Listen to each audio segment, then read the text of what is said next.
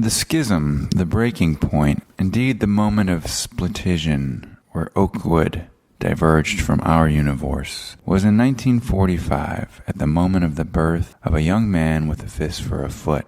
His story has been shrouded in obscurity since its conception in 2012. Perhaps it was too wild a tale to be shared with the people of 2012. Perhaps I just did everything related to marketing and promotion incorrectly. But no matter, the time has come to share this story along the most convenient channels available to mankind since the beginning of mankind, the oral tradition. This is the legend of Fistfoot.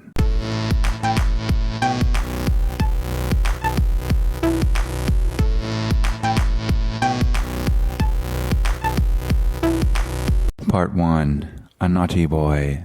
Does being an injured soldier automatically make you a good-hearted, wholesome, and sympathetic person? I present the case of one Albert Sullivan, one such injured soldier who received his wounds during an attack on the British naval warship His Majesty's Longshank Trousers. The place of this attack, the Pacific Asian Theater. The time, the final months of World War II. Yes, Albert got busted up real bad, and the Japanese people were nice enough to take him in and nurse him back to health. His primary nurse was one Shinobu Sawa, a young lady of unfortunate naivete, who was also quite unfortunately gifted with a knack for the English language. As she tended to Albert's wounds, he poisoned her ears. It was a sweet kind of poison, laced with words like love and forever, which combined ever so effectively with the man's handsome English features. Thanks to Shinobu, Albert returned to health. Thanks to Albert, Shinobu's life was about to get totally janked up. For, to answer the question I posed before, the answer is no. Being an injured soldier does not automatically make you a wholesome or sympathetic person. In fact, Albert was quite the opposite. A dastardly English booty hole if ever one existed. His injuries had left him not quite potent, but as they say, time heals all wounds. By the time he'd regained his ability to perform as a man again, he'd convinced Shinobu that they were to be married and live happily ever after. They had a short-lived romance within the confines of his sickbed, and she was, for the briefest of moments, happy with Albert. It wasn't easy for Shinobu to completely forsake her family's wishes and warnings by becoming romantically involved with a foreign soldier. In fact, given her particular upbringing, it was downright difficult. But so silver was Albert's tongue that she believed her time with him now, and her promised future as his wife, was going to make ignoring the strict orders of her traditional parents worth it. For Shinobu, Albert was a chance to experience true love in the world outside her small Japanese town of Yoshijima. For Albert, Shinobu was nothing more than an Asian nurse with nice boobs. Albert's whispered promises were hollow, the worst kind of game, only a means to get his jollies while lying in hospital so he could brag to his mates back home how he'd landed a fit Japanese bird without the use of his legs. Shortly before the full use of Albert's legs returned to him, he'd begun planning his exit. While making this plan, he thought little about Shinobu, except to have the fleeting notion that the honest young Japanese girl had probably never told a lie and therefore had trouble detecting them. No matter, the sooner she learned how the world worked, the better. Everyone takes their lumps, it's part of growing up.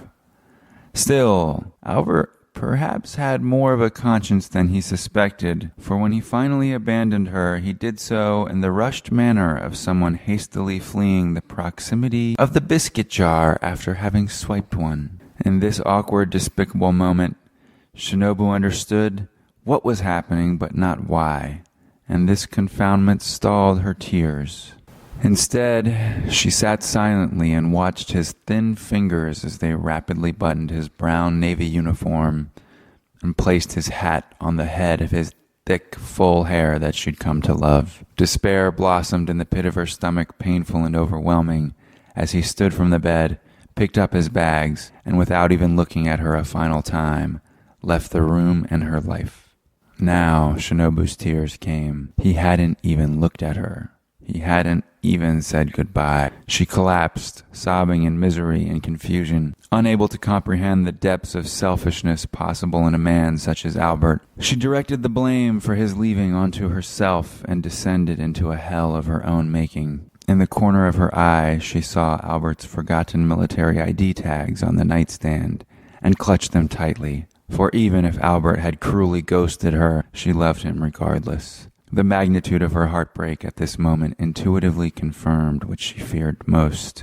She would never see Albert again. These ID tags would surely be her only memento of him. Alas, Shinobu was mistaken. Albert had indeed left his dog tags on the table, but he left something else with her as well.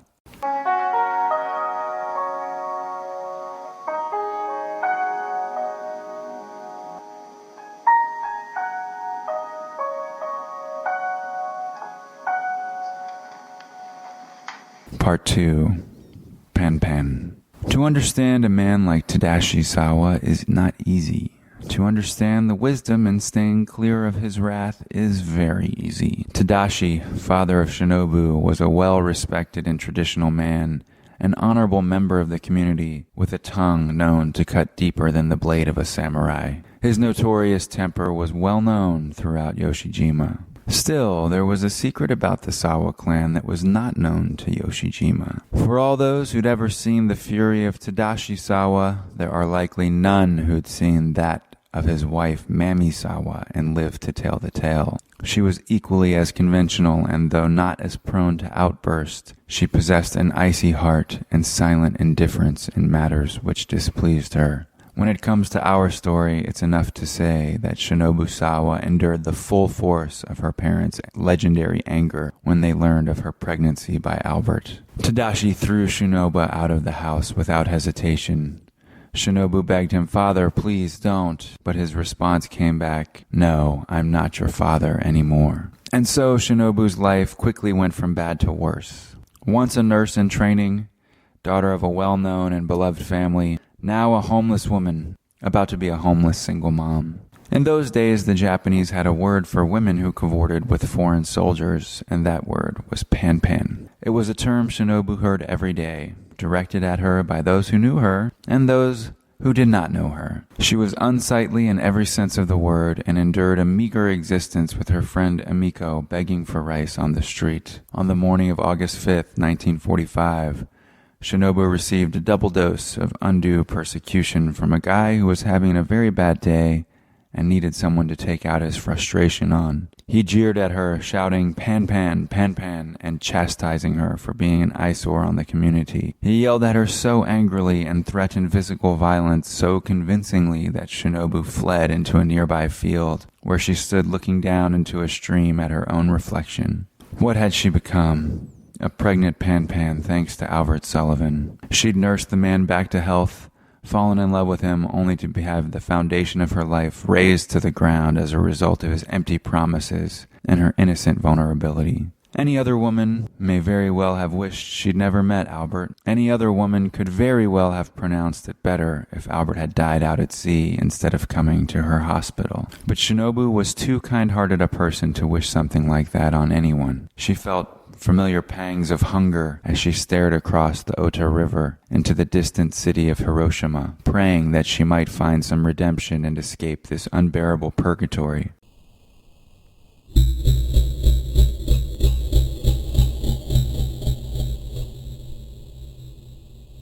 She heard no sound as the monstrous cloud bloomed on the horizon. It was the biggest thing she'd ever seen, and it filled her with a chilling cosmological horror that can only be experienced by witnessing something so massive that one simultaneously comprehends their true smallness. Shinobu had only the briefest moment to ask herself if she was dreaming, when the force of the distant blast lifted her off the ground. Her body rose to the heavens, and for the briefest instant when she thought she was dying, her spirit rose with it.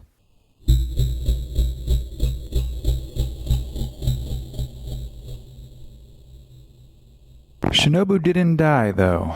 No, she and Amiko crashed into some old barn behind them. An interesting and potentially confusing sequence of events is now about to transpire, so we will pull back from Shinobu to view the community at large. Imagine this: Yoshijima, across the Ota River from Hiroshima, lies in the golden zone of distance away from a nuclear blast. Close enough to push someone like Shinobu into the air and expose her to low levels of radiation, far enough not to blind her. Close enough for raining debris to cause several small fires, far enough not to dose everyone in deadly radiation. Close enough for the shock wave to blow out all the windows in town and injure the citizens with glass, but not close enough to destroy the buildings outright. These are the set of circumstances we are dealing with here in this story, which is not rife with historical and scientific inaccuracies. Moments after the detonation of the atomic bomb known as Little Boy, the people of Yoshijima are walking around in very bad shape. They are confused, many cut up by flying glass from the blown-out windows. But first and foremost, they are terrorized by a few fires threatening to consume their town. Meanwhile, a submarine with a unique symbol arises from the waters of the Ota River. A troop of soldiers exits the submarine, traversing the distance to the shore in a fleet of motorized rubber dinghies. They file into Yoshijima with rehearsed efficiency. Traces of discipline still linger in this pack of wolves.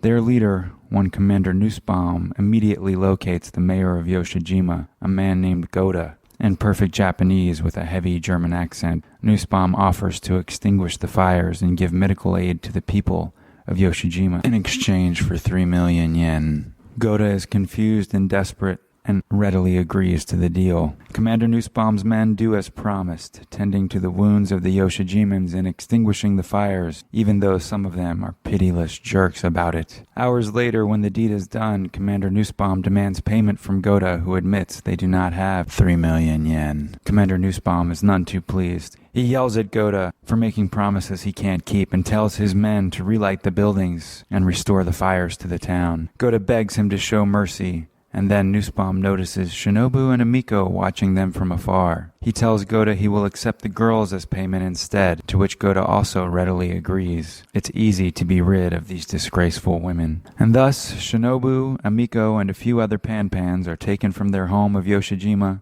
as prisoners of these soldiers, Commander Nussbaum's Die Vergessene, which means the forgotten ones in German. Now we return to Shinobu Sawa being pushed into the little motorized dinghy with Amiko and several of Commander Nussbaum's men. As they bounce along the waters of the Ota River, Shinobu cannot tear her eyes from Hiroshima, a once prosperous city and for all intents and purposes her home, now reduced to ashes.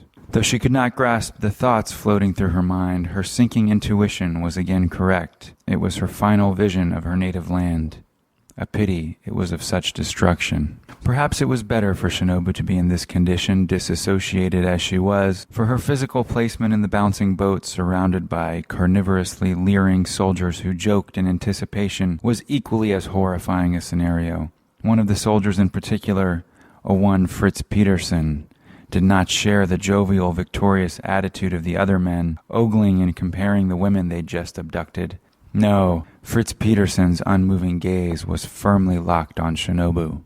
Arrival on the submarine was followed by imprisonment in a large cell in the belly of the steel tube. Shinobu, Amiko, and the others were equal parts frightened and relieved to find themselves jailed with many other captive ladies in a series of locked cells. Shinobu, pregnant as she was placed in one of the larger, emptier ones, with only a few other residents. As hours turned to days, Shinobu's confusion coalesced into a much clearer picture of what was happening here. From time to time, a German soldier would descend a narrow staircase and unlock the main cell, peruse the contents of the gallery, and choose a woman to abscond with. A short time later, the woman would be returned, bathed, fed, but noticeably less herself, as if a part of her had been taken away that only a man can take. Yes, there was no doubt what was happening to the girls on this submarine and what the soldiers viewed as their purpose.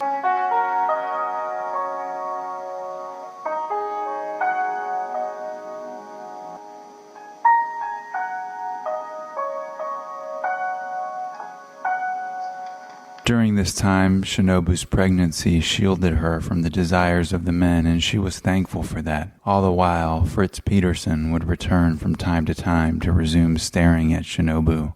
One of Shinobu's cellmates, a Vietnamese woman named Doki, articulated that which Shinobu already knew. He wants you. He's waiting for your baby to be born, and then he'll take you.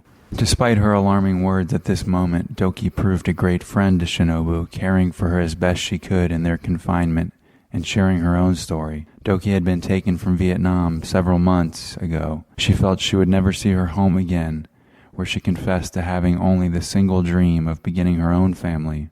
She and her husband there, Gabu, had always wished for a son, which they would call Bebu. Shinobu waited out her pregnancy on the terrible submarine, watching as other girls were taken at random by the gruff soldiers and enduring the terrible gaze of Fritz Peterson. Somehow, and for some reason perhaps more than tragically undeserved affection, she held with her all this time the metal artifact of the man who had set her on this path, Albert Sullivan's military ID tags. Finally, on the night of a full moon, her baby was ready to enter the world. As Shinobu's birthing pains began, the soldier sent the ship's primary physician, Dr. Wagner, down to collect her. After weeks as cellmates, Doki had become fiercely protective of Shinobu and the baby.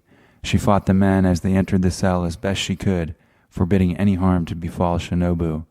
Though she was no match for the strong German soldiers, she had done more than she could or have imagined, for, unnoticed by anyone at the scene, the confusion she caused led to a lapse of judgment on the soldiers' behalf, and the jail cell had not been properly shut by the time they hauled Shinobu to the infirmary. Imagine, if you will, the full moon shining down on the black steel of a submarine, unsubmerged, cutting through the surface of the equally dark waters of the South China Sea. A disembodied observer of the submarine might almost imagine they could hear the age-old sound of a woman crying out during the painful process of birthing a child. In the infirmary, Shinobu's delivery comes with real effort. Dr. Wagner has an eye for efficiency, but not the comfort of his patients. Shinobu's child arrives as Shinobu falls into unconsciousness. She is taken for recovery while the baby is welcomed by Dr. Wagner and all the other men who rejoice. The first of the true master race, all hail Commander Nussbaum, all hail de Vergesne. Rolf, the soldier next to Dr. Wagner, has been trained for this moment, and Dr. Wagner's proclamation is his cue. As the baby is washed, Rolf impresses upon the child's shoulder a brand of hot steel. The baby shrieks, and the mercifully brief moment passes. Rolf removes the brand to reveal the mark of Commander Nussbaum's army, forever upon the child's shoulder blade. Dr. Wagner holds the baby aloft in celebration, a celebration which is abruptly cut short. Revelry transforms to shock and revulsion. Dr. Wagner pulls the child closer to examine it. Was ist das? Rolf yells. Dr. Wagner gulps and passes the child to Rolf, exiting in a big hurry. This gives Rolf all the time he needs to examine the curiosity before him. The child's right foot is not a foot. Well, it is a foot, but it looks like a fist. Das ist eine Fistfoot, Rolf says in whispered awe. Suddenly, Commander Nussbaum bursts into the room with Dr. Wagner in hot pursuit. I don't know, Dr. Wagner calls. Nussbaum takes the child from Rolf and examines the foot closely and at length. After a long moment, disappointment blooms on his face. Throw it overboard, he says piteously. Rolf hesitates. I said throw it overboard. This child is weak. He will never be one of de Vergesne. He'll never be one of us. Get it out of my sight. Rolf accepts the child and prepares to complete the morbid task assigned to him. He makes his way to the surface hatch of the ship, carrying the baby under his arm. The hatch opens, bathing him in moonlight. On the deck, Rolf's legs shake from more than just the choppy waters. But, as with Albert Sullivan, Rolf does not deserve our sympathy. This momentary hesitation to commit such an atrocious act of infanticide does not redeem the dark soul of this man who has done a myriad of terrible things. Above all, he will follow Commander Nussbaum's instruction, and make no mistake, Commander Nussbaum and his men are not nice people. Rolf prepares to pitch the child into the sea. At the last possible moment, the hatch squeaks behind Rolf, stalling him. He turns around just in time to catch the stock of a rifle across the nose. The baby falls unceremoniously to the deck of the ship. Doki has escaped from her improperly closed jail cell and followed Rolf to the deck. As Rolf's body crumples, Doki drops the rifle and grabs the baby, running for the edge of the ship. But the deck is long and the soldiers know she has escaped. They lift the hatch as well, aiming for the escapee with their rifles. Doki anticipates the bullets landing at her feet before feeling the hot sparks ricocheting off the steel. She's almost there. Another gunshot grazes her leg, and she leaps from the submarine. The final bullet catches her in the shoulder and sends her momentum forward, holding the baby like a football. Doki flips, and flips into the sea, disappearing beneath the black ocean waters.